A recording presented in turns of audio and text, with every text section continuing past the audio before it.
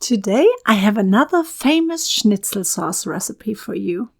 It's called Zigeuner Schnitzel sauce. A Zigeuner Schnitzel, literally translated, means Gypsy Schnitzel. The dish is a breaded or unbreaded schnitzel with a topping of a piquant bell pepper tomato sauce. The name of the dish is a little controversial, and therefore the dish is also known in Germany as Balkan Schnitzel or bell pepper schnitzel. It is super fast to make and incredibly tasty. Let me show you how you can easily make this dish at home. I already washed and sliced my bell peppers, the onion and the pickles into strips.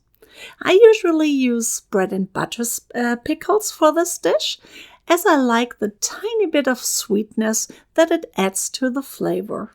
If you are looking for the full recipe, you can find the link in the video description.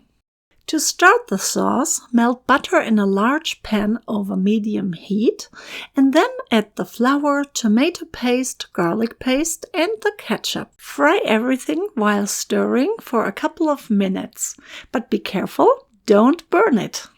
Then add the broth and mix well while bringing it to a light simmer.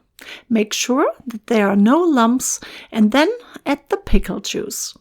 Season with paprika powder, chili powder and salt and pepper.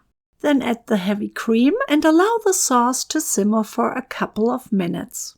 Then set it aside or turn the heat off. In another pan, heat vegetable oil over medium heat and fry the onions until lightly brown.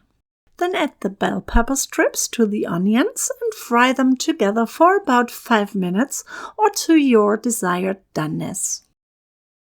Now you just need to add the onion and bell pepper mix to the pan with the sauce and combine everything. Add the pickles and make a taste test. And then add some more salt and pepper if necessary.